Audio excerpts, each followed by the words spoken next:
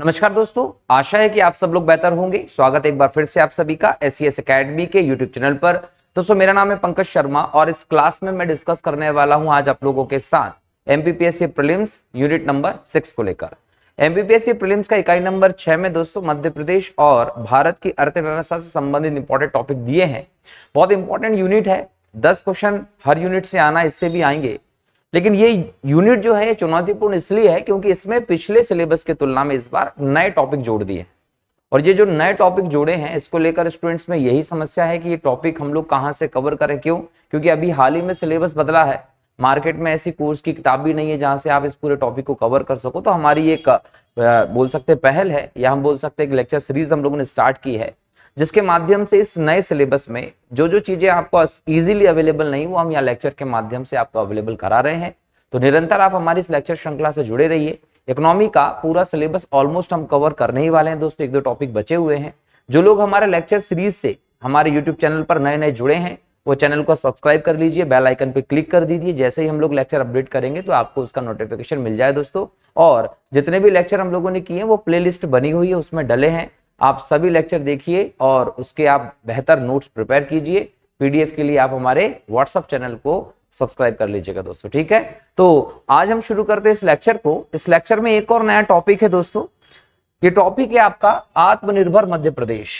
देखिए, आत्मनिर्भर मध्य प्रदेश जो है ये अभी हाल ही में एक नई पहल है जो कहीं ना कहीं भारत के एक मिशन के साथ शुरू हुई है। हम लोगों ने देखा कि पिछले 4-5 सालों से पूरे विश्व में एक स्थिति गंभीर रही है। विश्व में अलग अलग प्रकार की स्थितियां हम लोगों को देखने को मिल रही हैं। अगर हम 2020-21 का दौर देखें तो कोविड का चरम स्थिति देखने को मिली। हजारों करोड़ों लोग जो रहे वो पूरी दुनिया में मर गए। कई सारे लोगों ने अपने करीबियों को, अपनों को खो दिया। उसका दुख था ही, लेकिन उसका प्रभाव इकोनॉमी पे और बाकी की व्यवस्था पर बहुत गहरा पड़ा। विश्व के कई सारे देश ऐसे हैं, भारत समेत, जो इससे अभी तक उभरने का प्रयास कर रहे हैं और भारत जैसा देश तो उभर भी चुका है। ये एक बड़ी समस्या रही। लेकिन इसी बीच में हम लोग देख रहे हैं कि अंतर्राष्ट्रीय राजनीति में भी बहुत सारी चीजें गड़बड़ देखने को मिली। गड़बड़ कैसी देखने को मिली कि हमें यूक्रेन और रशिया का संघर्ष लगातार देखने को मिल रहा है, इजराइल हमास का संघर्ष देखने को मिल रहा है। चाइना अपनी नीतियों के कारण या अपने साम्राज्य व्यवस्था को लेकर पीछे नहीं हो रहा है। वो अपने बोल सकते मंसूबों को हर स्थिति में कामयाब करना चाहता है, उनको अंजाम देना चाहता है। तो पूरी दुनिया में एक अस्थिरता का माहौल सा है, सप्लाई चेन गड़बड़ सी हो रही है, दिक्कतें बहुत ज्यादा हैं। और इन्हीं परिस्थितियों में भारत ने एक अलग व्यवस्था की तरफ बढ़ने का सोचा। ये व्यवस्था कहीं ना कहीं हमारी प्राचीन स्थिति के अनुसार ही है दोस्तों। हम लोग समझ रहे हैं कि ये नई व्यवस्था है, लेकिन ये पुरानी व्यवस्था ही है। अगर हम भारत के इतिहास को पढ़ रहे हैं, उस पर नजर डालते हैं और भारत की इकोनॉमी पर नजर डालते हैं तो हमें यहाँ सबसे बड़ी विशेषता देखने को मिलती है कि भारत जो रहा है वो शुरू से ही आत्मनिर्भर रहा है। भारत अगर सोने की चिड़िया रहा है, भारत ने पूरे विश्व को एक समय लीड किया है और आज भी विश्व गुरु बनने की तरफ हम बढ़ रहे हैं, तो कहीं ना कहीं इसमें हमारी पुरानी जो व्यवस्था उसका बहुत बड़ा योगदान है।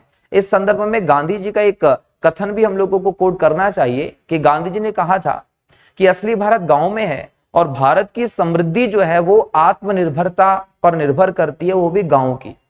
अंग्रेज जब भारत आए थे ना, तो उन्होंने अपनी परिस्थिति को भारत में जमाने के लिए, अपनी चीजों को भारत में जमाने के लिए, भारत को अपना गुलाम बनाने के लिए जिस चीज को टारगेट किया था वो थी दोस्तों भारत के ग्रामीण क्षेत्रों की आत्मनिर्भरता। ये ग्रामीण क्षेत्रों की आत्मनिर्भरता रही है। ये आत्मनिर्भरता कहीं ना कहीं भारत की मजबूती का बहुत बड़ा आधार थी। इसी आत्मनिर्भरता को लेकर अंग्रेज जो थे वो समस्या में थे। उनको ऐसा लग रहा था कि जब तक भारत के लोग अपने हर एक क्षेत्र में आत्मनिर्भर रहेंगे तब तक हम भारत में अपना प्रोडक्ट कैसे बेच सकते हैं। तो उन्होंने भारत में जब आए तो भारत में आने के बाद उन्होंने जिस चीज को टारगेट किया ना दोस्तों, वो भारत के गांव की आत्मनिर्भरता थी। भारत के गांव की आत्मनिर्भरता को अगर खत्म कर देंगे तो भारत पर शासन बनाए रखना आसान हो सकता है, ऐसा अंग्रेजों का मानना था। और वो इस व्यवस्था के तहत ही काम कर रहे थे दोस्तों। और इस व्यवस्था के तहत जब अंग्रेजों ने काम करना शुरू किया तो उन्होंने भारत की गांव की आत्मनिर्भरता को तोड़ने का हर एक प्रकार से प्रयास किया दोस्तों, हर एक प्रकार से प्रयास किया। और अंततः वो भारत के ग्रामीण क्षेत्र की आत्मनिर्भरता को तोड़ने में कामयाब हुए। और जब वो भारत में जो गांव थे उनकी आत्मनिर्भरता को तोड़ने में कामयाब हो गए तो उसका फल ये हुआ कि उन्हें भारत के रूप में एक बड़ा बाजार मिल गया। अपने प्रोडक्ट उन्होंने ब्रिटेन में औद्योगिक क्रांति के फलस्वरूप बनाए। कारखाने स्थापित किए और वो जो प्रोडक्ट उन्होंने वहां बनाए थे उन प्रोडक्ट को बड़े स्तर पर भारत में बेचना शुरू किया, जिसके चलते आज हम कह सकते हैं कि आज का जो ब्रिटेन है वो भारत की वजह से है। वहां पर जो पैसा लगा हुआ है वो भारत का पैसा लगा है। हाँ, अगर यहाँ हम कंक्लूजन पे आए तो हम लोगों को दिखेगा कि भारत जो रहा है वो पहले से ही आत्मनिर्भर रहा है और भारत के ग्रामीण क्षेत्र की आत्मनिर्भरता भारत के विकास का आधार रही है। लेकिन जब अंग्रेजों ने हमारे यहाँ पर दोस्तों 200 सालों तक राज किया, अंग्रेजों का 200 सालों का जो राज रहा, इस 200 सालों के राज के दौरान उन्होंने हमारी पूरी व्यवस्था को तहस नहस कर दिया। अब जब 1947 में हम लोगों को अंग्रेजों से आजादी मिली तो आजादी के समय या उसके बाद के हम लंबे समय तक देखें तो भारत अकाल का, भुखमरी का, गरीबी का, बेरोजगारी का देश बना रहा और हमारी सरकारों ने लगातार प्रयास किया कि भारत को उस स्थिति से क्या करे, बाहर निकाला जाए। अलग अलग प्रकार से योजनाओं के माध्यम से चीजों को आगे बढ़ाने का प्रयास किया गया और इसी क्रम में हम 1991 के समय के आर्थिक सुधारों को भी देखते हैं। जब वित्तीय संकट की स्थिति बनी तो हमने एलपीजी रिफॉर्म्स को अपनाकर नई दिशा में भारत को बढ़ाना शुरू किया। 1991 के सुधारों के बाद भारत लगातार अपनी एक गति से आगे बढ़ रहा था, परंतु पिछले 4-5 सालों के दौरान जो स्थितियां बनी उन स्थितियों ने फिर से इस बात की ओर भारत को ध्यान देने के लिए मजबूर कर दिया कि कहीं ना कहीं हम किस तरफ जाएं, आत्मनिर्भरता की तरफ जाएं। और पुनः भारत एक बार फिर आत्मनिर्भरता की तरफ बढ़ने के लिए अपने कदमों को बढ़ाने लगा है। और इसकी शुरुआत कब हुई दोस्तों, वो भी हम लोगों को सोचना चाहिए। इसकी शुरुआत हुई थी दोस्तों कोविड के दौरान 2020 में। 2020 में इसका प्रारंभ हमको देखने को मिलता है और इसकी जो श्रेय जाता है दोस्तों वो जाता है प्रधानमंत्री नरेंद्र मोदी जी को। नरेंद्र मोदी जी ने क्या किया, जब कोविड की स्थिति थी, भारत में एक स्ट्रक्चर नहीं था, हमें वेंटिलेटर की कमी से लेकर बहुत सारी चीजों की समस्याएं देखने को मिली। इस समय मोदी जी ने लगभग हम बात करें 12 मई 2020 को एक नई नीति का, एक नए दृष्टिकोण की घोषणा की। मोदी जी का जो दृष्टिकोण था वो दृष्टिकोण था दोस्तों जिसकी घोषणा 12 मई 2020 को की गई, वो था आत्मनिर्भर भारत, आत्मनिर्भर भारत का दृष्टिकोण। और इसी के साथ आत्मनिर्भर भारत अभियान की घोषणा हो जाती है। तो एग्जाम में आप लोगों से क्वेश्चन पूछेगा कि आत्मनिर्भर भारत अभियान का शुरुआत कब हुआ, 12 मई 2020 से। किसका यह दृष्टिकोण है, यह दृष्टिकोण भारत के प्रधानमंत्री नरेंद्र मोदी जी का है। अब ये जो दृष्टिकोण आया, इस दृष्टिकोण में क्या लक्ष्य रखा गया था, तो इसका उद्देश्य भी समझ लीजिए। इसका उद्देश्य था दोस्तों कि हर मायने में, हर तरीके से देश को और देश के नागरिकों को आत्मनिर्भर बनाना है, स्वतंत्र तरीके से वो काम कर सके, इस बात की व्यवस्था स्थापित करना है। तो देश और देश के नागरिकों को स्वतंत्र रूप से कार्य करने और आत्मनिर्भर बनने की तरफ प्रेरित करने की जो व्यवस्था रही वो इसका प्रमुख उद्देश्य के तौर पर अपनाई गई। और ये आत्मनिर्भर भारत का अभियान था दोस्तों जो हमारे देश में शुरू होता है।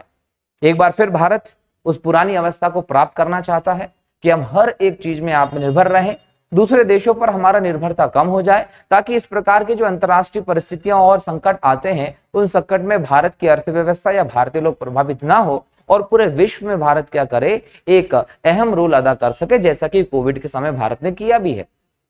ठीक है, लेकिन ये जो मोदी जी का दृष्टिकोण रहा, उस दृष्टिकोण के 5 आधारभूत स्तंभ भी उन्होंने बताए।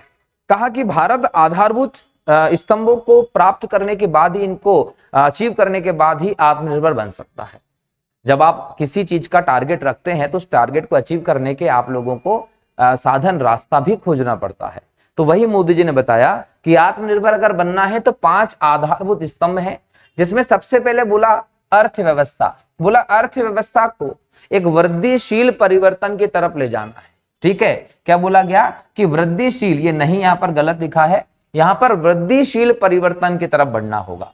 क्वांटम छलांग की बात की, आपको अर्थव्यवस्था को पॉजिटिव वे में वृद्धि की ओर ले जाना पड़ेगा। अगर आप वृद्धिशील अर्थव्यवस्था की तरफ नहीं बढ़ेंगे तो फिर आप आत्मनिर्भर नहीं हो सकते हैं। और देख रहे हैं कि हम भारत की अर्थव्यवस्था जो है, अगर जीडीपी की दृष्टि से भी देखा जाए, क्योंकि जीडीपी एक उपयुक्त माप होता है किसी भी देश की आर्थिक वृद्धि को मापने का, इसलिए हम जीडीपी को यहाँ पर आधार अगर माने तो पिछले 3 वर्षों में जब से आत्मनिर्भर भारत की घोषणा भारत ने की है दोस्तों, ये अभियान का प्रारंभ किया है, लगातार भारत की जो जीडीपी ग्रोथ रेट है वो वैश्विक अनुमानों के हिसाब से और वैश्विक रिपोर्ट के हिसाब से 7% से ज्यादा की दर पे है। ये कहीं ना कहीं बता रहा है कि भारत वृद्धिशील परिवर्तन की तरफ बढ़ रहा है और भारत की अर्थव्यवस्था बड़ी अर्थव्यवस्था के तौर पर बदल रही है और हमने विश्व की 5वीं बड़ी अर्थव्यवस्था का जो तमगा है वो भी हासिल कर लिया है। और हमारा उद्देश्य, हमारी योजना जो है, और हम इसको लेकर श्योर भी हैं कि 2027-28 तक भारत विश्व की 3री बड़ी अर्थव्यवस्था भी बन जाएगा। तो ये मोदी जी का एक विजन रहा है आत्मनिर्भर भारत के तहत, जिसमें अर्थव्यवस्था को एक क्वांटम छलांग की बात करते हैं, वो एक वृद्धिशील परिवर्तन की बात करते हैं। दूसरा स्तंभ बताया उन्होंने बुनियादी ढांचा। दोस्तों देखिए, बुनियादी ढांचा जो है वो आधुनिक भारत का प्रतिनिधित्वकर्ता के तौर पर बताया गया है। बुनियादी ढांचे में आएगा क्या, पहले तो वो समझ लीजिए। बुनियादी ढांचे में हम बात करें जो सड़क है, परिवहन है ना, ये जो पूरा ढांचा होता है, रेल है, हवाई व्यवस्था, ये पूरा के पूरा सिस्टम जो है इसको ले लीजिए, प्लस आप इसको शिक्षा व्यवस्था में ले लीजिए, प्लस आप इसको स्वास्थ्य व्यवस्था में ले लीजिए। इन सब चीजों को मजबूत करना बुनियादी ढांचे को मजबूत करने के जैसा होता है।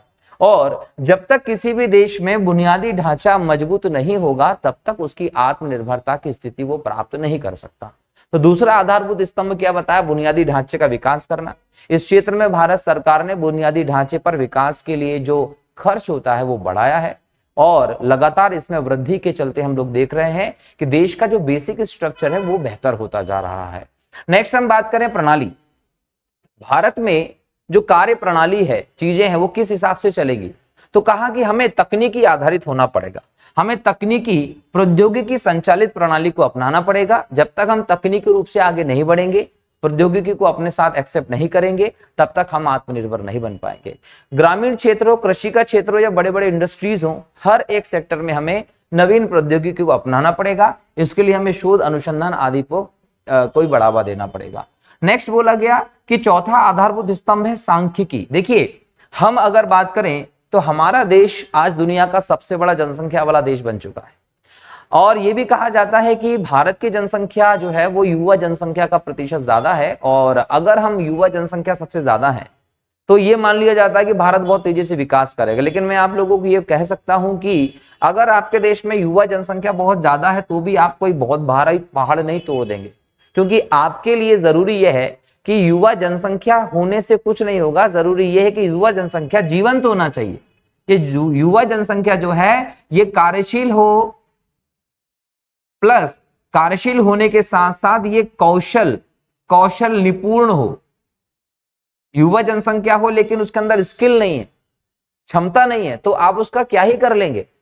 तो इसलिए जीवंत जनसांख्यिकी की अवधारणा को यहां पर इंपॉर्टेंट बताया गया है।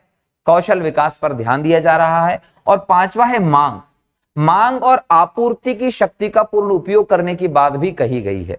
किसके द्वारा? मोदी जी के द्वारा। जो आत्मनिर्भर भारत का अभियान चलाया गया उसके अंतर्गत ये 5 आधारभूत स्तंभ थे हमारे, जिनके आधार पर भारत आत्मनिर्भर बन सकता है। लेकिन इन 5 स्तंभों को आप अगर देख रहे हैं तो मैं ये कहता हूं कि 5 स्तंभ ही नाकाफी हैं।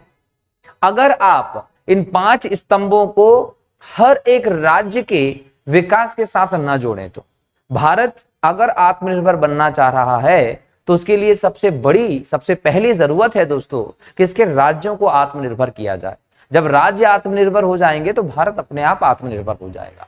और इसी दृष्टि से हम मध्य प्रदेश के अगर सिलेबस को देख रहे हैं पीएससी के, तो हमें मध्य प्रदेश की आत्मनिर्भरता पर जरूर ध्यान देना होगा। जब हम ये कहते हैं कि भारत को आत्मनिर्भर बनाना है तो मध्य प्रदेश और बाकी सभी राज्यों को भी आत्मनिर्भर बनना पड़ेगा। जब ये सभी के सभी राज्य आत्मनिर्भर हो जाएंगे तो देश अपने आप आत्मनिर्भरता की तरफ बढ़ जाएगा, आत्मनिर्भर हो जाएगा। राज्यों की आत्मनिर्भरता भारत को आत्मनिर्भर बनाने के लिए जरूरी है। तो जब हम मध्य प्रदेश की आत्मनिर्भरता की बात करते हैं तो जैसे ही प्रधानमंत्री नरेंद्र मोदी जी ने इस प्रकार की घोषणा की, मध्य प्रदेश सरकार ने 2020-21 में ही आत्मनिर्भर मध्य प्रदेश रोड मैप 2023 तैयार किया, जिसके अंतर्गत 3 वर्ष में मध्य प्रदेश को आत्मनिर्भर बनाने का लक्ष्य रखा गया कई सारे क्षेत्रों में। जिस प्रकार से नरेंद्र मोदी जी ने भारत के आत्मनिर्भर बनने के लिए 5 आधारभूत स्तंभ बताए थे, उसी प्रकार से मध्य प्रदेश सरकार ने भी इसके लिए आधारभूत व्यवस्था को अपनाया। जब हम मध्य प्रदेश की आत्मनिर्भरता के लिए रोड मैप की बात करते हैं तो इसे नाम दिया गया दोस्तों आत्मन MP@23। तो 2023 के लिए मध्य प्रदेश को आत्मनिर्भर बनाना है तो इसका पहले तो आपसे नाम ही पूछ लिया जाएगा। क्या नाम है? आत्मन मध्य प्रदेश 2023। अब ये क्या है, तो इसमें ए का मतलब होता है एस्पिरेशन, आपकी आकांक्षाओं को बताने के लिए। टी का मतलब है ट्रांसफॉर्मेशन, बदलाव के लिए, परिवर्तन के लिए। एक मिशन है जिसमें कहीं ना कहीं बोल सकते हैं कि मध्य प्रदेश में आकांक्षा अनुरूप परिवर्तन लाने के लिए मिशन मोड पर कार्य किया जाएगा, इसकी नीति।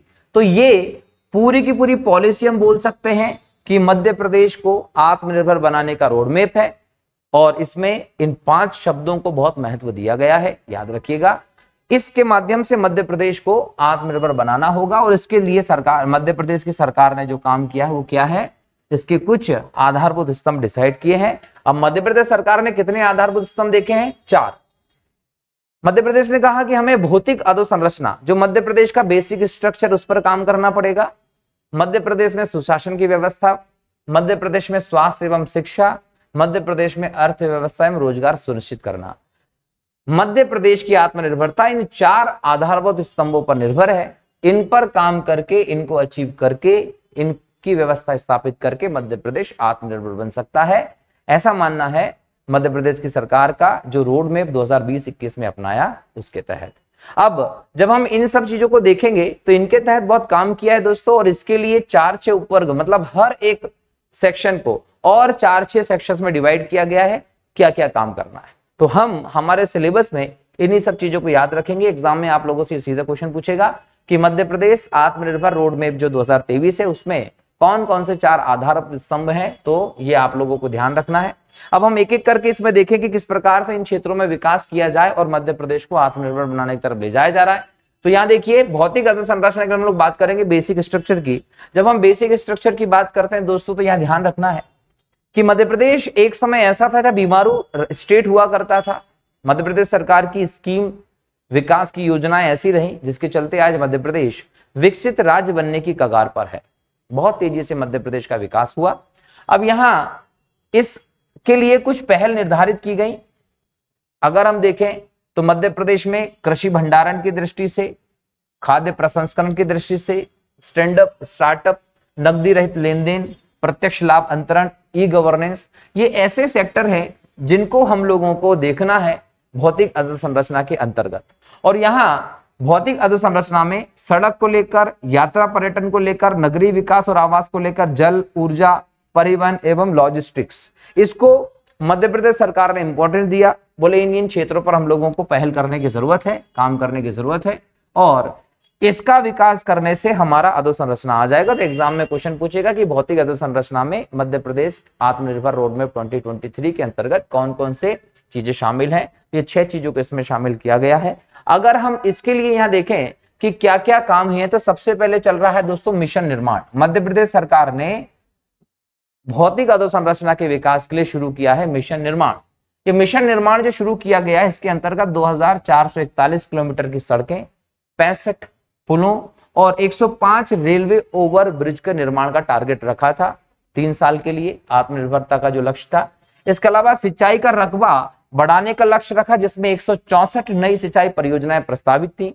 जल जीवन मिशन के तहत 33 लाख घरों तक नल से जल पहुंचाने की व्यवस्था की गई। निर्बाध विद्युत आपूर्ति और सौर ऊर्जा उत्पादन पर जोर दिया गया। तो ये कहीं ना कहीं बोल सकते हैं मिशन निर्माण के अंतर्गत था।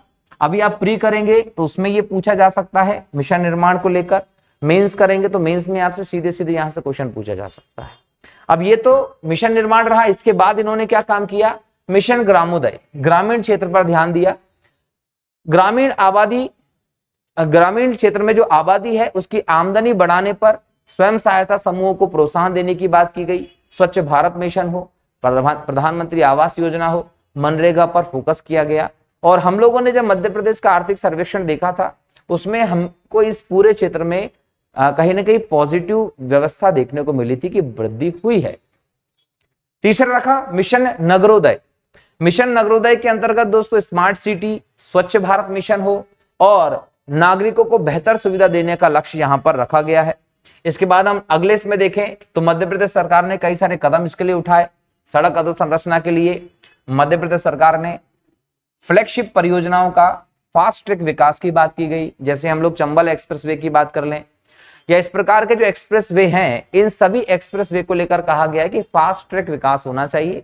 इस प्रकार की परियोजनाएं बहुत इंपॉर्टेंट परियोजनाएं होती हैं। इन परियोजनाओं को अनुमति देना हर प्रकार के क्लियरेंस को लेकर, भले ही वो खनिज विभाग की हो, वन विभाग की हो, क्लियरेंस बहुत जल्दी मिलना चाहिए। इस प्रकार की व्यवस्था इसके तहत की गई। इसके अलावा हम बात करें, लगभग 200 सड़कों का वैज्ञानिक ट्रैफिक सर्वे भी करवाया गया है। वैज्ञानिक आधार पर सड़कों को बनाने की व्यवस्था हो रही है और वैज्ञानिक ट्रैफिक सर्वे के आधार पर 200 सड़कें मध्य प्रदेश में तैयार होंगी। इसके साथ साथ कहा गया है कि मध्य प्रदेश के जितने भी टोल प्लाजा हैं, इन सभी टोल प्लाजा को कंप्यूटरीकृत किया जाएगा और सभी को फास्ट टैग से लेस किया जाएगा, ताकि जो सप्लाई चेन है वो व्यवस्थित हो। मध्य प्रदेश से अगर कोई भी व्यापारिक गतिविधि हो रही है और गाड़ियां चल रही हैं, सामान इधर से उधर भेजा जा रहा है, तो जो टोल प्लाजा है उस पर गाड़ियों के रुकने से अनावश्यक देरी नहीं होना चाहिए, इस बात की व्यवस्था की गई। इसके अलावा RAMS road asset management system की व्यवस्था की गई। इसके अंतर्गत ये किया जा रहा है कि तकनीकी आधार पर बेहतर तरीके से रोड का निर्माण होना चाहिए आगे को देखते हुए। ये तो सड़क अधोसंरचना में विकास की बात हो। इसके बाद यात्रा और पर्यटन को भी हम लोगों को देखना पड़ेगा। मध्य प्रदेश सरकार ने मध्य प्रदेश में पर्यटन को बढ़ाने के लिए बहुत बड़े लेवल पर काम करना शुरू किया है। ये माना जाता है कि पर्यटन क्षेत्र जो होता है उसका इकोनॉमी में बहुत इंपॉर्टेंट रोल होता है।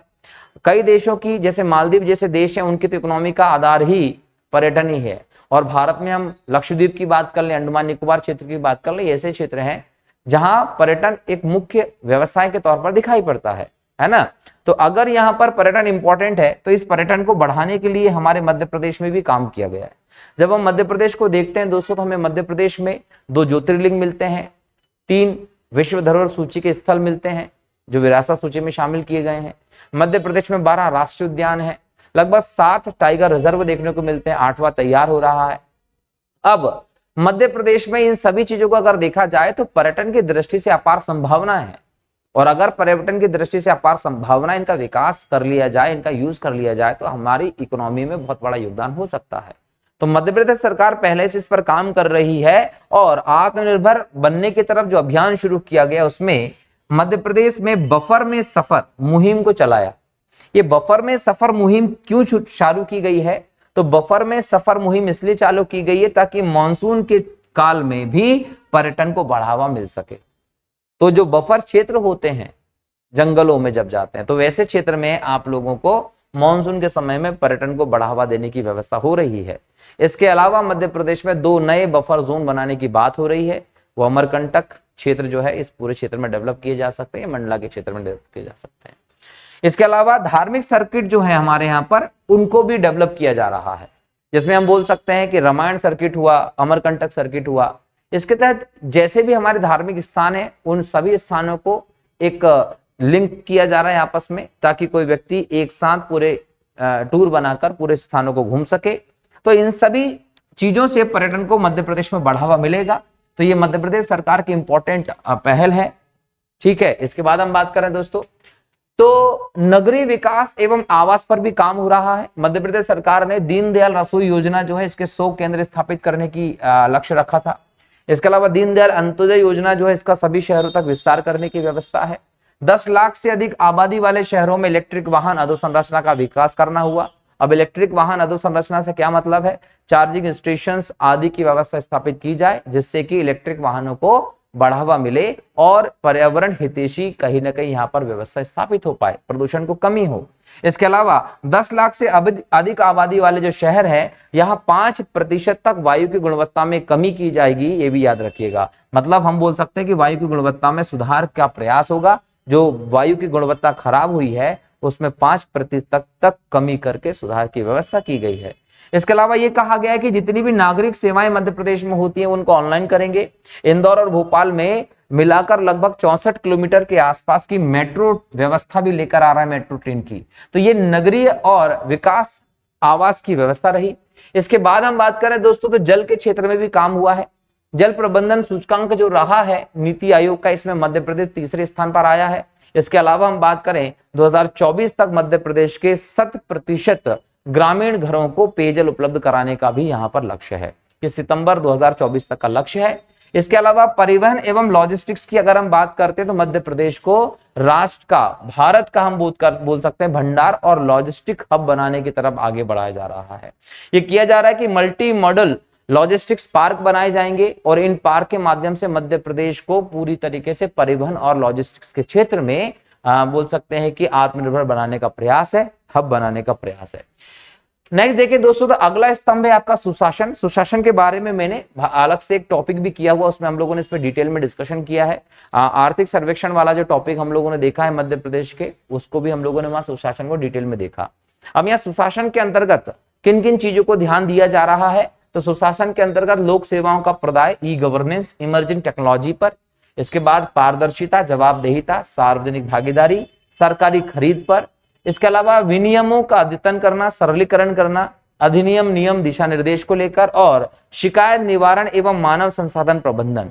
ये सब चीजें, ये सेक्टर्स हैं जहां पर सुशासन के क्षेत्र में काम किया जाना है मध्य प्रदेश में आत्मनिर्भरता को प्राप्त करने के लिए। ये आत्मनिर्भर मध्य प्रदेश रोड मैप 2023 में शामिल किया गया था दोस्तों। अगर हम यहाँ देखें क्या क्या इसके लिए कदम है, तो सुशासन का उद्देश्य सबसे पहले यह देखना है कि सुशासन का उद्देश्य क्या है। सुशासन का उद्देश्य है कि नागरिकों को सशक्त करना है हमारे मध्य प्रदेश में, और उन्हें न्याय दिलाना तथा सेवाओं की कुशल उन तक डिलीवरी करना है। किसी भी तरीके से उनको समस्याएं ना आए, उनकी समस्याओं का समाधान बेहतर तरीके से करना है, उनको नागरिक सेवाएं बेहतर तरीके से प्रदान करना है। ये हमारे यहाँ सुशासन का उद्देश्य है। और इसके लिए मध्य प्रदेश सरकार ने कई सारे कदम उठाए, जिसमें मुख्यमंत्री जन दर्शन कार्यक्रम शुरू किया गया। इसके बारे में मैंने मध्य प्रदेश के आर्थिक सर्वेक्षण में डिटेल में डिस्कशन किया है। समाधान ऑनलाइन की व्यवस्था की गई, समाधान एक दिवस की योजना शुरू की गई, एक हेल्पलाइन नंबर शुरू किया गया जिसे सीएम हेल्पलाइन कहते हैं। इसके अलावा लोक सेवाओं की गारंटी अधिनियम लाने वाला मध्य प्रदेश देश का पहला राज्य भी बना। तो ये सभी के सभी सुशासन के क्षेत्र में मध्य प्रदेश सरकार के उठाए गए कदम है। तो एक बार फिर कह रहा हूं कि अगर आपको ये सब चीजों का डिटेल में लेक्चर देखना है तो आप लोग मध्य प्रदेश के आर्थिक सर्वेक्षण पर जो मैंने लेक्चर किए हैं 5, उनको देखिएगा, क्योंकि ये मैं वहां डिटेल में डिस्कशन कर चुका हूं। ठीक है, तो यहाँ पर आत्मनिर्भर मध्य प्रदेश के लिए जो सुशासन की दृष्टि से मध्य प्रदेश सरकार ने कदम उठाए हैं, उन सभी में हमें ये चीजें दिखाई पड़ती हैं। इसके अलावा भी कई सारी पहलें हैं जो हमें देखना चाहिए, जो एग्जाम में पूछी जा सकती हैं, जैसे कि प्रत्येक जिले में एक महिला थाना शुरू किए जाने का प्रावधान। जो मध्य प्रदेश रोड मैप तैयार किया गया था 2023 में, उसमें कहा गया कि प्रत्येक जिले में एक महिला थाना शुरू होगा। इसके अलावा महिला अपराधों पर अंकुश लगाने के लिए सम्मान अभियान, देखिए ये अभियान एग्जाम में पूछा जा सकता है कि सम्मान अभियान किससे संबंधित है। ये सम्मान अभियान जो है ये महिलाओं के अपराधों पर अंकुश लगाने के लिए शुरू किया गया था प्रदेश में। निर्भया फंड के माध्यम से महिलाओं के सम्मान और सुरक्षा के बारे में जागरूकता फैलाने के लिए सेफ सिटी कार्यक्रम भी शुरू किया गया था। तो सेफ सिटी कार्यक्रम किससे संबंधित है, ये भी आपसे एग्जाम में पूछा जा सकता है। इसी हिसाब से लापता बच्चों का पता लगाने के लिए मुस्कान अभियान चल रहा है। तो यहां आपको 3 प्रमुख अभियान देखने को मिले, सम्मान अभियान, सेफ सिटी और मुस्कान। ये तीनों के तीनों जो अभियान है ये हमारे यहाँ सुशासन की दृष्टि से स्थापित या चालू किए गए अभियान है। मध्य प्रदेश सरकार का ये एक इंपॉर्टेंट लक्ष्य है कि मध्य प्रदेश सुशासन की दृष्टि से आगे हो। इसके अलावा हम बात करें दोस्तों तो मध्य प्रदेश में एक पोर्टल के माध्यम से सेवा वितरण प्रणाली को विकसित किया जा रहा है। जैसे हम एमपी ऑनलाइन पे जाते हैं तो एमपी ऑनलाइन के माध्यम से हम लोगों को समस्त प्रकार की सेवाएं मिल जाती हैं। किसी फर्म का रजिस्ट्रेशन करना हो या किसी भी प्रकार की चीज के अप्लाई करना हो, ठीक है, तो ऐसी एकीकृत सेवा यहाँ पर स्थापित की जा रही है ताकि एक पोर्टल पे आप लोगों को सारी चीजें मुहैया की जा सके। सीएम हेल्पलाइन के माध्यम से नागरिकों तक पहुंच बढ़ाई जा रही है। अगर किसी भी व्यक्ति को कोई समस्या होती है, किसी भी पर्टिकुलर जगह पर, थाने में, कोर्ट में जाते हैं, किसी भी परिसर में, अगर वहां पर आपकी सुनवाई नहीं हो रही है तो आप सीधे सीएम हेल्पलाइन का सहायता लेकर मुख्यमंत्री के पास इसकी शिकायत कर सकते हैं। ये सुशासन की दृष्टि से एक इंपॉर्टेंट कदम मध्य प्रदेश सरकार का है। सेवाओं का टेक्निकल स्ट्रक्चर तैयार किया जा रहा है कि जितनी भी सेवाएं हैं वो टेक्निकल आधार पर प्रौद्योगिकी का प्रयोग करके दिया जाए। इसके अलावा जो शासकीय कर्मचारी हैं उनको आईटी दक्ष बनाने पर काम हो रहा है। जो भी हमारे यहाँ पर शासकीय कर्मचारी हैं उनको इंफॉर्मेशन टेक्नोलॉजी से दक्ष किया जा रहा है, क्योंकि ये जमाना दोस्तों एक टेक्निकल युग चालू हो गया है। तो जो हमारे यहाँ प्रशासनिक अधिकारी उनकी अलग से ट्रेनिंग आदि की जा रही है, जिसके माध्यम से उनको तकनीक से रूबरू कराने का काम किया जा रहा है ताकि वो नई नई तकनीकों से अपडेट होकर प्रशासन में काम कर सके। प्रशासन की जवाबदेहिता को बढ़ाने का काम किया जा रहा है, जो पारदर्शिता उसको बढ़ाने का काम किया जा रहा है। इसके अलावा ये कहा गया कि आप इन सभी चीजों में सुधार तब तक नहीं कर सकते जब तक जन भागीदारी ना हो। तो ये सारे के सारे काम जो हो रहे हैं वो जन भागीदारी के साथ हो रहे हैं, याद रखिएगा। जो तीसरा इंपॉर्टेंट स्तंभ है वो है स्वास्थ्य एवं शिक्षा। बिना स्वास्थ्य और शिक्षा के आप आत्मनिर्भर नहीं हो सकते। अगर हम आत्मनिर्भर भारत की बात कर रहे हैं तो याद रख लीजिएगा कि ये बहुत इंपॉर्टेंट मूलभूत आवश्यकता है। किसकी? समाज की। अगर हम समाज को, भारत को, मध्य प्रदेश को आत्मनिर्भर बनाना चाहते हैं तो इसके लिए बहुत जरूरी होगा कि हमारा समाज शिक्षित हो, हमारा समाज स्वस्थ हो, और इसीलिए इसको बहुत इंपॉर्टेंट माना गया है। यहां एक बात और ध्यान रखिएगा कि जो भी निवेश किया जाता है शिक्षा पर, जो भी निवेश किया जाता है स्वास्थ्य पर, उसको सामाजिक निवेश की श्रेणी में रखा जाता है। और मध्य प्रदेश सरकार ने पिछले कुछ वर्षों में अपने बजट के माध्यम से सामाजिक निवेश को बढ़ाया है, याद रखिएगा। इसके अलावा हम बात करें तो यहां हमने ये इस बात को देखा, जो आत्मनिर्भर मध्य प्रदेश रोड मैप 2023 में अपनाई गई, कि हमारी जो व्यवस्था होनी चाहिए स्वास्थ्य के संदर्भ में वो क्यूरेटिव केयर नहीं होना चाहिए। मतलब हम केवल उपचार कर दें, उपचार आधारित व्यवस्था नहीं होनी चाहिए। हमारा जो दृष्टिकोण होना चाहिए, हमारी जो एक अप्रोच होनी चाहिए, वो अप्रोच होनी चाहिए प्रिवेंटिव केयर। मतलब हम रोग होने के बाद उपचार करने का क्यों सोच रहे हैं? हम रोग होने ही ना दें, हम उस बात को सोचें। तो रोग होने से बचाने की व्यवस्था को सोचा जाए, ना कि रोगों के उपचार की व्यवस्था को सोचा जाए। ये आत्मनिर्भर मध्य प्रदेश रोड मैप में शामिल किया गया है। इसके अलावा स्वास्थ्य एवं शिक्षा के लिए जो स्तंभ है विकास के, वो क्या है कि स्वास्थ्य के क्षेत्र में, चिकित्सा के क्षेत्र में शिक्षा को बढ़ावा दिया जाना चाहिए। स्वास्थ्य और शिक्षा के क्षेत्र में तकनीकी शिक्षा और कौशल विकास को इंपॉर्टेंस दिया जाना चाहिए। यहाँ उच्च शिक्षा और स्कूल शिक्षा पर भी ध्यान दिया गया है। तो इन सभी को आत्मनिर्भर मध्य प्रदेश की दृष्टि से महत्व देने की व्यवस्था हम लोग देख रहे हैं दोस्तों। अब अगर हम यहाँ देखें कि स्वास्थ्य एवं चिकित्सा शिक्षा, तकनीकी शिक्षा, उच्च शिक्षा, स्कूल शिक्षा में क्या टारगेट है, क्या कदम है, तो हम लोगों को वो भी देखना है। तो यहाँ देखिए कि स्वास्थ्य और शिक्षा के देश क्षेत्र में मध्य प्रदेश सरकार ने मिशन बोधि पहल का शुरू किया है। इसके अंतर्गत क्या किया गया है? अच्छे क्लासरूम, स्मार्ट क्लासरूम बनाए जा रहे हैं। अब अगर देखें आप तो जो सरकारी स्कूल हैं, एक्सेलेंस स्कूल होते हैं, वहां पर आपको अच्छे स्ट्रक्चर देखने को मिलेगा। यहाँ आपको प्रोजेक्टर से लेकर डिजिटल जो पैनल्स होते हैं, बोर्ड, वो तक यहाँ देखने को मिल रहे हैं। विद्यार्थियों के लिए आधुनिक लैब तैयार की जा रही है। इन सब चीज के माध्यम से स्मार्ट क्लासरूम बनाए जा रहे हैं। सीएम राइज स्कूल की स्थापना की जा रही है और शिक्षकों की भर्ती का जो व्यवस्था है तकनीक के आधार पर, उसको भी बढ़ावा दिया जा रहा है। सीएम राइज स्कूल क्या होते हैं, ये आर्थिक सर्वेक्षण वाले लेक्चर में डिटेल में बात की गई, उसको जरूर देखिएगा, मेंस में भी आ सकता है। ठीक है। छात्रावासों के निर्माण की भी बात की जा रही है ताकि बच्चे जो रहे वो अपने ग्रामीण क्षेत्र से निकलकर नगरीय क्षेत्र में, शहरी क्षेत्र में, जहां शिक्षा का ज्यादा स्कोप है, वहां जाएं, वहां रहें, उनको ना रहने में समस्या आए, ना खाने में समस्या आए। तो एक प्रकार से अच्छे छात्रावास स्थापित किए जा रहे हैं। उच्च शिक्षा और स्पोर्ट्स की शिक्षा को प्रोत्साहन दिया जा रहा है, क्योंकि नवीन शिक्षा नीति जो है 2020 की भारत सरकार की, इस नवीन शिक्षा नीति में जितना महत्व शिक्षा को दिया गया है उतना ही महत्व खेल को दिया गया है। तो यहाँ पर खेल को भी प्रोत्साहन देने की बात हो रही है। मध्य प्रदेश में कुपोषण की समस्या बहुत बड़े स्तर पर देखने को मिली, तो ये प्रयास किया गया कि मध्य प्रदेश से कुपोषण को खत्म किया जाए और इसके लिए कुपोषण वाटिकाएं स्थापित की गई ताकि बच्चों को अच्छा खाना मिल सके। इसके अलावा दोस्तों यहाँ पर अगला मिशन हम लोगों को देखने को मिलता है, मिशन निरामय। मध्य प्रदेश ने आत्मनिर्भर रोड मैप 2023 के टारगेट को अचीव करने के लिए मिशन निरामय शुरू किया, जिसमें विश्व स्तरीय स्वास्थ्य सेवाएं और प्रबंधन की व्यवस्था की गई। इसमें टेलीमेडिसिन पर जोर दिया गया, मेडिकल कॉलेज में सीट की बढ़ोतरी की बात की गई और बुनियादी सुविधाएं जो होती हैं शिक्षा और स्वास्थ्य के क्षेत्र में, उनको बढ़ावा देने की बात की गई। हमारे यहाँ बेहतर हॉस्पिटल्स में बेहतर स्ट्रक्चर आदि चीजों की व्यवस्था की जा रही है। इसके अलावा हम देखें दोस्तों तो तकनीकी शिक्षा की दृष्टि से अगर देखें तो मध्य प्रदेश सरकार ने एक ऐसे वातावरण बनाने पर जोर दिया है जहां प्रत्येक का हर नागरिक शिक्षित हो और वो नागरिक जो है उसको रोजगार मिले। अगर वो शिक्षित है, रोजगार है, इस दृष्टि से अगर आदमी आत्मनिर्भर बन गया तो मध्य प्रदेश बहुत जल्द आत्मनिर्भर हो जाएगा। अब यहाँ पर देखिए कि यहाँ तकनीकी शिक्षा को इंपॉर्टेंट दिया गया और तकनीकी शिक्षा को महत्व देने के लिए ऐसे शिक्षकों की व्यवस्था की जा रही, शिक्षाविदों की व्यवस्था की जा रही है जो आधुनिक तकनीक के साथ कदम से कदम मिलाकर चल सके और उसको विस्तार कर सके। इस क्षेत्र में उत्कृष्ट केंद्र बनाने हो, शिक्षकों के लिए प्रशिक्षण की नीति हो, ज्ञान साझेदारी और मेंटरशिप की बात हो, रिसर्च लैब हो, चतुर्थ उद्योग क्रांति की बात करें, इस सभी प्रक्रियाओं को शामिल किया गया। साथ ही साथ बुनियादी ढांचे को मजबूत करना हो, कौशल विकास के लिए विश्वविद्यालय का निर्माण हो, व्यावसायिक प्लेसमेंट और कैरियर सेल निर्मित करने की बात, ये सभी इसके अंतर्गत शामिल है।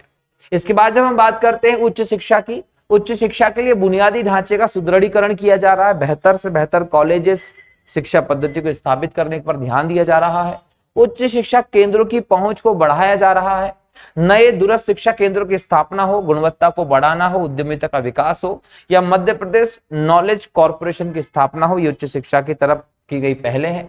इसके अलावा हम बात करें दोस्तों तो स्कूल शिक्षा के लिए स्कूलों को संसाधन संपन्न करने की बात की गई है। मध्य प्रदेश में 10,000 ऐसे स्कूल स्थापित किए जा रहे हैं जो संसाधन संपन्न होंगे, और इन स्कूलों के माध्यम से मध्य प्रदेश में जो शिक्षा का स्तर है उसको बढ़ाया जा रहा है। प्रशिक्षकों का प्रशिक्षण, देखिए आजकल क्या हो रहा है कि हम नवीन तकनीकों में आ गए हैं। अब हमारे यहाँ के जो अधिकांश टीचर्स हैं पुराने हैं, जिनकी नियुक्ति 2008, 2010, 2005 में हुई। अब उस समय हमारा मध्य प्रदेश सहित भारत तकनीकी रूप से इतना आगे नहीं था, लेकिन पिछले कुछ वर्षों में तकनीकी प्रगति इतनी ज्यादा देखी गई है कि स्कूल और आदि माध्यम से तकनीकें जो है वो बढ़ रही हैं। तो इन तकनीकों के साथ शिक्षकों को रूबरू कराने के लिए उनके प्रशिक्षण का काम भी हो रहा है। इसके अलावा मूलभूत दक्षता के हेतु मिशन अंकुर, ये मिशन अंकुर याद रख लीजिएगा, मूलभूत दक्षता के लिए शुरू किया गया है। इसके अलावा स्ट्रीम हो, ये सभी आधारित शिक्षा की व्यवस्था है। गिफ्टेड चिल्ड्रंस हेतु प्रखर योजना, याद रखिएगा कि ये प्रखर योजना शुरू की गई है। आईटी क्षेत्र हो, लर्निंग मैनेजमेंट सिस्टम हो, क्रिटिकल थिंकिंग हो, ये सभी चीजें आध्यात्मिक जो आधुनिक पाठ्यक्रम उसके तहत जोड़ा जा रहा है मध्य प्रदेश में।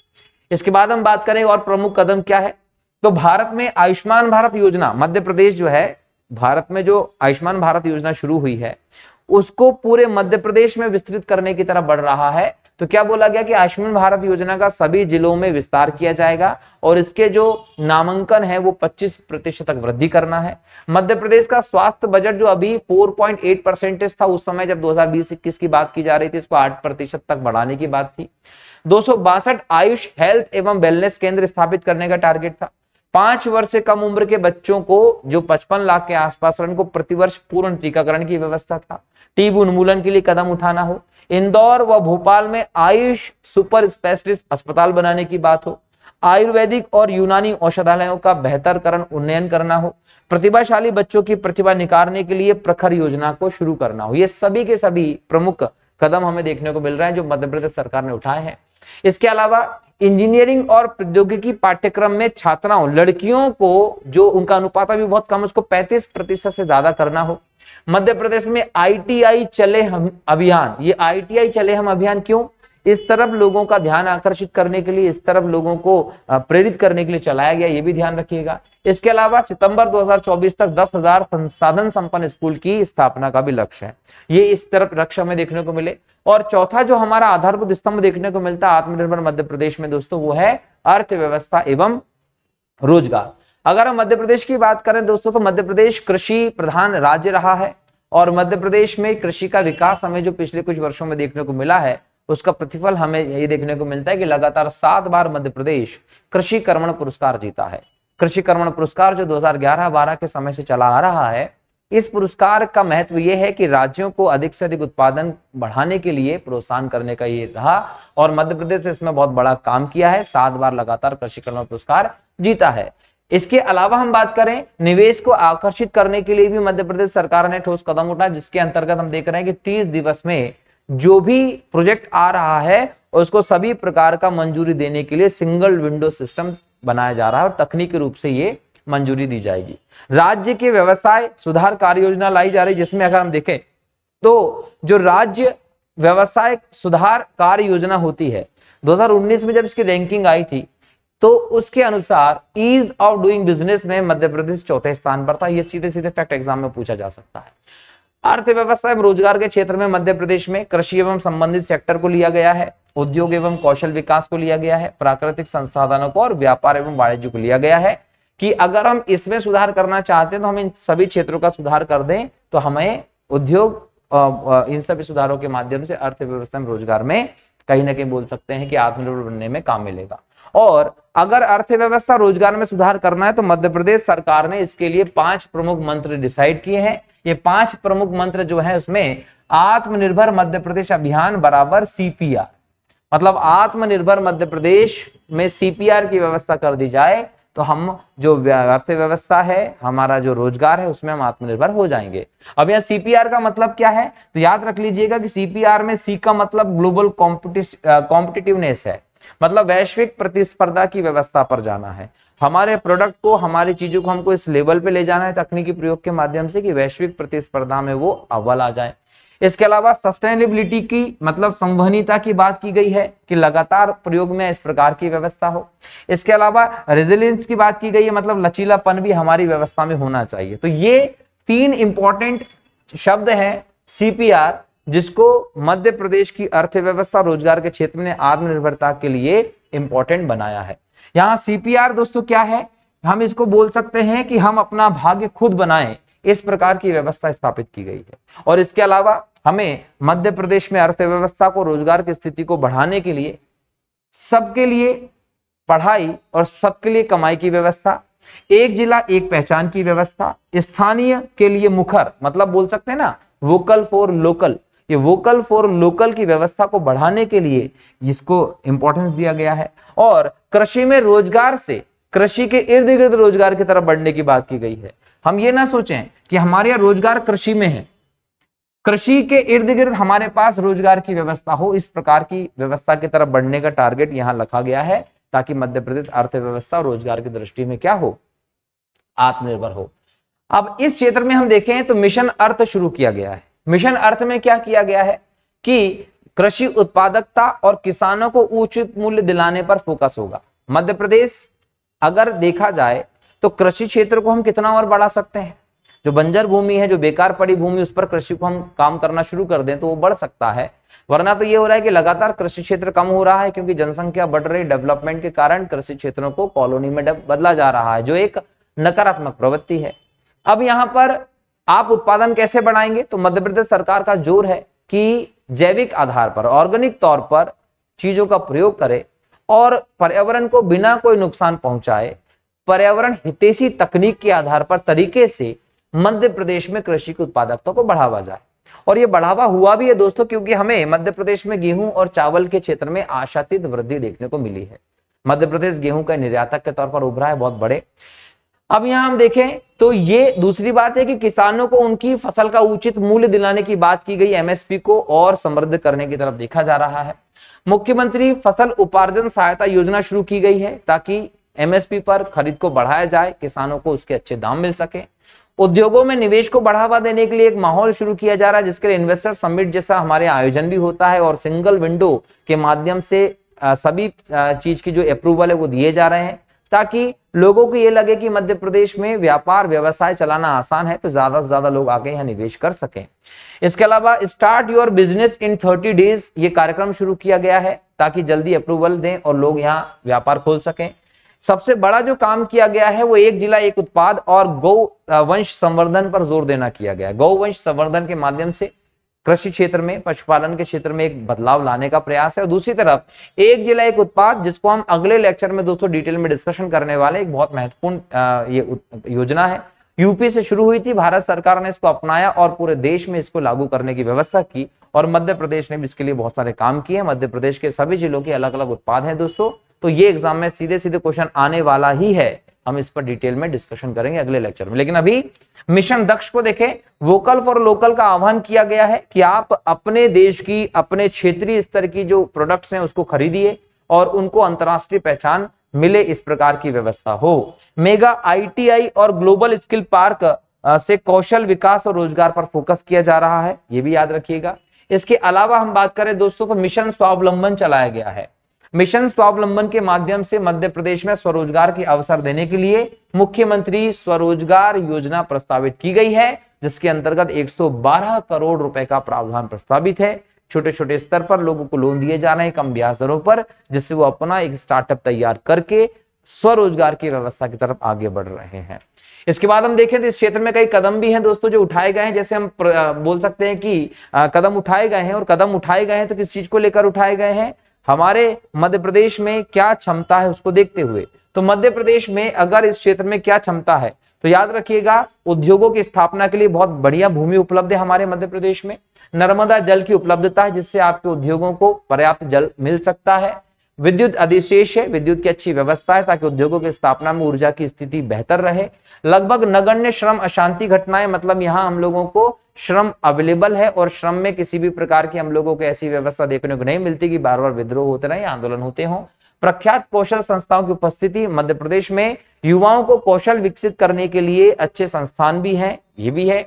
दूसरी बात है कि बेहतरीन अधोसंरचना की उपलब्धता, मध्य प्रदेश की सड़कें, मध्य प्रदेश में पेयजल की उपस्थिति हो, स्वच्छता में हम नंबर 1 रहे हैं, तो ये अधोसंरचना भी मध्य प्रदेश की अच्छी है। तो ये सभी के सभी कारण ऐसे हैं जिसके आधार पर मध्य प्रदेश भारत में मैन्युफैक्चरिंग का हब बन सकता है, ये चीज बताई जा रही है।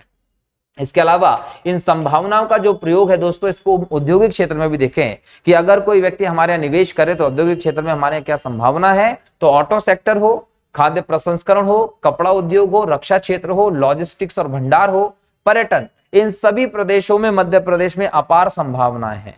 अगर कोई व्यक्ति इन्वेस्ट करता है तो इन सब चीजों में इन्वेस्ट कर सकता है, मध्य प्रदेश का औद्योगिक क्षेत्र देखने को मिल सकता है, ये भी ध्यान रखिएगा। इसके अलावा रोड मैप 2023 के अंतर्गत देखिए क्या क्या काम किया गया है आर्थिक क्षेत्र में और अर्थव्यवस्था और रोजगार के क्षेत्र में। तो यहाँ कृषि एवं संबंधित क्षेत्र की हम बात करें तो फसलों की उत्पादकता एवं वृद्धि और विविधीकरण का प्लान है। फसलों की उत्पादकता में वृद्धि और विविधीकरण का क्या मतलब है कि हमारे यहाँ पर प्रोडक्टिविटी ज्यादा होना चाहिए ताकि उसी जमीन पर उसी खर्च पर हम ज्यादा फसलें उत्पादित कर सके, ज्यादा अनाज उत्पन्न हो सके। इसके अलावा हम अलग अलग फसलों के उत्पादन पर भी जोर दे रहे हैं। इसके अलावा कृषि में जोखिम प्रबंधन के लिए नवीन तकनीकी के प्रयोग को बढ़ावा दिया जा रहा है। अधोसंरचना का विकास किया जा रहा है भारत मध्य प्रदेश में कृषि के संदर्भ में, ताकि जो घरेलू और विदेशी उपभोक्ता हैं वो उत्पादन और कुशल वितरण में उनको सहायता मिल सके। प्रमाणित जैविक कृषि को बढ़ावा दिया जा रहा है। एक राष्ट्र एक बाजार के लक्ष्य को प्राप्त करने के लिए कृषि विपणन कानून में सुधार किए गए हैं हमारे मध्य प्रदेश में। कृषि व उद्यानिकी उत्पादकों का मूल्यवर्धन किया जा रहा है। पशुपालन का विकास हो रहा है। अतिरिक्त रोजगार के लिए मत्स्य का विकास हो रहा है। रेशम कीट पालन जो है उसको भी बढ़ावा दिया जा रहा था कि रेशम का उत्पादन हो। ग्राम में डेयरी व्यवसाय के विकास पर ध्यान दिया जा रहा है। सब्सिडी दी जा रही है पशुओं पर आदि ताकि ज्यादा इसका विकास हो सके। इसके अलावा उद्योग एवं कौशल विकास की बात करें तो अधोसंरचना का विकास के माध्यम से मध्य प्रदेश पसंदीदा एक व्यापार का स्थल बन चुका है। निवेशकों का पसंदीदा क्षेत्र बनाने का प्रयास किया जा रहा है। व्यापार के लिए सहूलियत को बढ़ावा दिया जा रहा है। ज्यादा परेशानी ना हो आपको व्यापार में, व्यापारिक मंजूरियों में जो भी शासन के द्वारा दी जाती है इस पर सहूलियत की जा रही है। मध्य प्रदेश को स्टार्टअप के हब के तौर पर स्थापित किया जा रहा है, जिसके लिए कम ब्याज दरों पर लोन उपलब्ध किया जा रहा है। और राज्य का जो कार्यबल है, मध्य प्रदेश की जो जनसंख्या है उसको कौशल उसके अंदर बढ़ाने की तरफ काम किया जा रहा है। इसके अलावा अगर हम प्राकृतिक संसाधनों की बात करें तो वन आधारित आर्थिक गतिविधियों को योगदान दिया जा रहा है। वन संपदा का संवहनीय प्रयोग हो, खनिज संपदाओं का वैज्ञानिक और रोजगार प्रदान करने की दृष्टि से प्रयोग हो, इस सब चीजों को भी बल दिया जा रहा है। इसके अलावा अगर हम व्यापार और वाणिज्य की बात करें तो व्यापार वाणिज्य की आर्थिक गतिविधियों को बल देने के लिए सरकार लगातार काम कर रही, योजनाएं ला रही है। छोटे व्यवसायी हो, परंपरागत उद्योग हो, इनको ई कॉमर्स प्लेटफॉर्म से जोड़ा जा रहा है ताकि इनके उत्पाद लोग घर बैठे बैठे ई कॉमर्स साइट्स के माध्यम से, एप्लीकेशंस के माध्यम से मंगा सकें। और जब ये ई कॉमर्स से जुड़ जाएंगे तो इनके सामान की बिक्री बढ़ जाएगी, उनको राज्य स्तर पर, राष्ट्रीय स्तर पर, अंतर्राष्ट्रीय स्तर पर पहुंच मिल सकती है। तो इनके उत्पादन में वृद्धि होने से जो छोटे लेवल पर उत्पादन करने वाले लोग हैं उनकी भी आय में वृद्धि होगी। इसके अलावा जो व्यापार सहायक सेवाएं हैं उनका सुदृढ़ीकरण करने पर भी मध्य प्रदेश में ध्यान दिया गया है। इसके अलावा इस क्षेत्र में और क्या लक्ष्य है, इसके तरफ लक्ष्य है कि प्रत्येक किसान को मृदा स्वास्थ्य कार्ड उपलब्ध करवाया जाएगा। खेतों में 15,000 सोलर पंप की स्थापना होगी। 313 विकास खंडों में स्वचालित मौसम केंद्रों की स्थापना होगी। 100 जलवायु अनुकूलित ग्राम स्थापना होगी। 6 जिलों में कृषि विज्ञान केंद्र स्थापित होंगे ताकि कृषि से संबंधित जो भी समस्याएं हैं, मौसम संबंधी जानकारी है, शोध करना हो, सब प्राप्त हो सके। मंडला जिले में राष्ट्रीय स्तर के जैविक कृषि अनुसंधान केंद्र की स्थापना होगी। ये सीधे सीधे आपको क्वेश्चन बन सकता है कि राष्ट्रीय स्तर के जैविक कृषि अनुसंधान केंद्र कहाँ स्थापित ना किया जाना है, तो मंडला में। इसके अलावा एक राष्ट्र एक बाजार लक्ष्य को प्राप्त करने के लिए कृषि विपणन के जो कानून हैं उनमें सुधार भी मध्य प्रदेश में किया जा रहा है। तो ये मध्य प्रदेश की सरकार के द्वारा उठाए गए कदम है। इसके अलावा क्या है, इसके अलावा ये है कि जो भी मंडियां हैं इन सभी मंडी के रिकॉर्ड हों, इन मंडी के रिकॉर्ड के अलावा जो यहाँ पर प्रक्रिया होती है, जैसे कि आपको आपकी फसल बेचने जाना है, नंबर लगाना, ये सब के सब ऑनलाइन एप्लीकेशन के माध्यम से कर सकते हैं। आप अपनी एप्लीकेशन के माध्यम से सब चीजें प्राप्त कर सके ऑनलाइन, इसकी व्यवस्था की जा रही है। मध्य प्रदेश में 10 लाख मीट्रिक टन तक भंडार की सुविधा को बढ़ाने का काम हो रहा है। इसके लिए लगातार नए भंडार गृह गोदाम स्थापित किए जा रहे हैं। इसके अलावा मध्य प्रदेश में पशुओं से जो उत्पादन है, प्रजनन की व्यवस्था, उसको बढ़ाने के लिए भी एक लक्ष्य रखा गया है। अभी हमारे यहाँ पर कृत्रिम गर्भाधान की जो पशुओं में स्थिति है वो 32% है, इसको बढ़ाकर 50% किए जाना लक्ष्य है। तो दोस्तों ये हमारे मध्य प्रदेश को आत्मनिर्भर बनाने का पूरा रोड मैप है। यहां से सीधे सीधे क्वेश्चंस आपको आ सकते हैं। ये जो पूरा डिटेल मैंने इस लेक्चर में डिस्कस किया दोस्तों, ये कुछ भी लेक्चर इधर उधर से नहीं आया है। लगभग 132 पेजों का आत्मनिर्भर मध्य प्रदेश का एक पूरा रिपोर्ट है जो मध्य प्रदेश सरकार ने 2020-21 में तैयार किया था। ये पूरा लेक्चर उसी रिपोर्ट पर आधारित है। अगर आप चाहें तो आप उस रिपोर्ट को मध्य प्रदेश सरकार की साइट से डाउनलोड भी कर सकते हैं और पूरी 132 पेज की फाइल को पढ़ लीजिए। तो 132 पेज पर मेहनत नहीं करना चाहता है, ये चाहता है कि भाई मुझे पूरे का एक सारांश मिल जाए, जैसे एग्जाम में क्वेश्चन भी आ जाए और मेरा काम हो जाए, समय की बचत हो जाए, तो इस लेक्चर को देख सकता है और अपने दोस्तों से शेयर कर सकता है। ठीक है, तो अगले लेक्चर में मैं बात करने वाला हूं एक जिला एक उत्पाद को लेकर। तब तक के लिए बहुत बहुत शुक्रिया दोस्तों। जय हिंद, जय भारत, वंदे मातरम, जय श्री राम।